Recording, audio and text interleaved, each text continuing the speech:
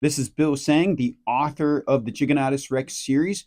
You can find links to purchase the Giganotus Rex books at williamhsang.com, and Sang is Seng, or you can go to amazon.com. You can find books there. Also, don't forget to like, share, and subscribe to this podcast. Enjoy the show. The Wrath of Giganotus Rex by Bill Sang. Chapter 16, A New Tomorrow.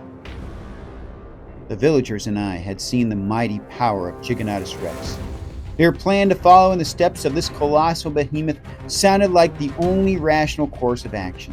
Whether his defense of the villagers was some sort of fluke or fully intentional, the monster's motives were inconsequential. He crushed those who opposed him and allowed us to live in peace as we followed close behind.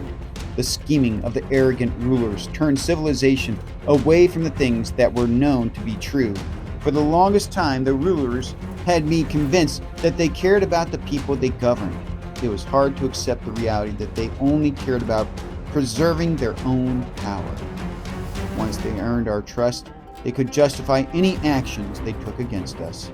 This almost resulted in the extermination of the peace-loving Orwellians. The villagers of Orwell are good people. They pursue peace and better lives for their families. These desires were rendered impossible under the governance of the rulers. Now that they have been liberated from their chains of bondage, the future might seem unclear, but the possibilities are very bright.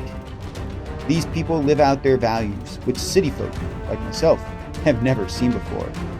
Most importantly, they seek the truth.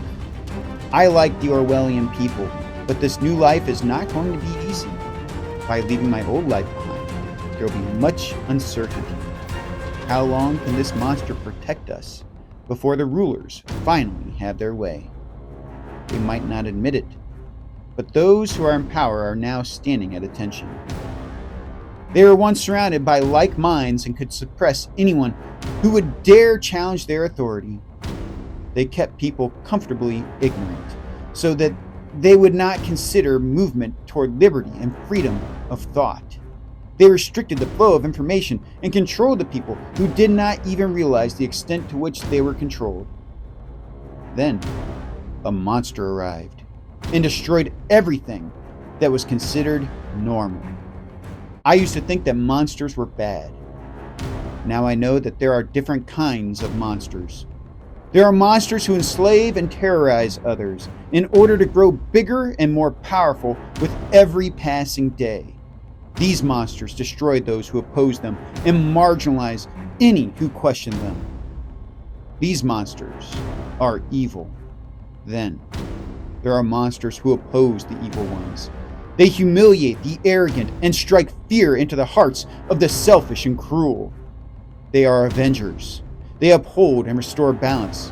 These monsters remind us that the ambitions of mankind are a vain pursuit. People are small, but the monster is powerful. G-Rex is not on our side. We are on his. And if we ever creep back over to the side of the wicked, he will become our monster, too.